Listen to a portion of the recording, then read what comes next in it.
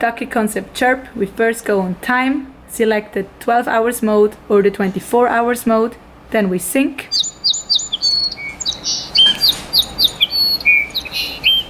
Once you heard the chirp and also that it enlightens you up, then the data has been transmitted. Next we can select the alarm, we choose the bird, then we choose the background sound.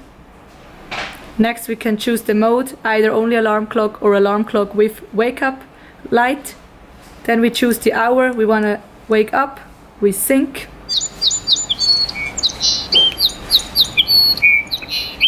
Here you see the alarm bell shows up, so this means the alarm has been set, and also this orange light enlightens.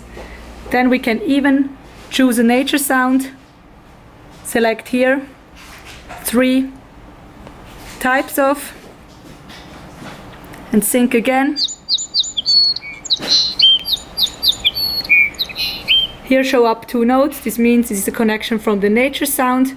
We can check here our sounds, select maybe the second one, press again right to adjust the volume, select again, and here select our preferred volume of the nature sound, play.